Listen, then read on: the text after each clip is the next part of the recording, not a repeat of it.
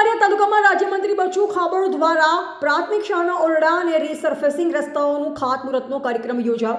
17 જેટલા પ્રાથમિક શાળાના ઓરડાઓ, 23 જેટલા રીસર્ફેસિંગ રસ્તાઓનું ખાતમુહૂર્ત જંબુસર, આકલી, ડભવા, દેવગઢ બારિયા શિક્ષણ ભવન સહિત અન્ય શાળાઓના ઓરડાઓનું ખાતમુહૂર્ત કરવામાં આવ્યું। ઝાબિયા, ઉધાવડા, બીજા અન્ય ગામોમાં રીસર્ફેસિંગ રસ્તાનું ખાતમુહૂર્ત કરવામાં આવ્યું। આમ આજ રોજ દેવગઢ બારિયા તાલુકામાં વિકાસના કામોનું ખાતમુહૂર્ત કરવામાં આવ્યું। રાજ્યમંત્રી બચુ ખાબડે જણાવ્યું હતું કે શિક્ષણ જીવનનું પહેલું પગથિયું છે।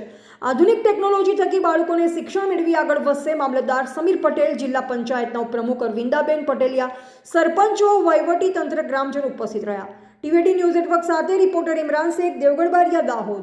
આજે દેવગઢ બારિયા મારા મત વિસ્તારની અંદર સવારમાં ધાનપુર ખાતે વિજ્ઞાન મેળાની શુભારંભ કર્યો હતો અને પછી 17 જેટલા પ્રાથમિક શાળાના ઓરડાનું ખાતમુહૂર્ત કર્યું છે। રીસર્ફેસિંગ માટે 23 જેટલા રસ્તાઓનું પણ આજે ખાતમુહૂર્ત કર્યું છે। દેવગઢ બારિયા ખાતે વિજ્ઞાન મેળાનો પણ આજે શુભારંભ કરાયો છે। કુલ આજના દિવસના 22 કરોડ રૂપિયા આ તમામ યોજનાનો કરીને દેવગઢ બારિયાની જનતાની સુખાકારી માટે, બાળકોને અદ્યતન શિક્ષણ મળે એના માટે પણ ટેકનોલોજી સાથે વિજ્ઞાન અને ગણિત અને પર્યાવરણ આ ત્રણની વાત પણ બંને જગ્યાએ ધાનપુર અને દેવગઢ બારિયાએ કરીશ।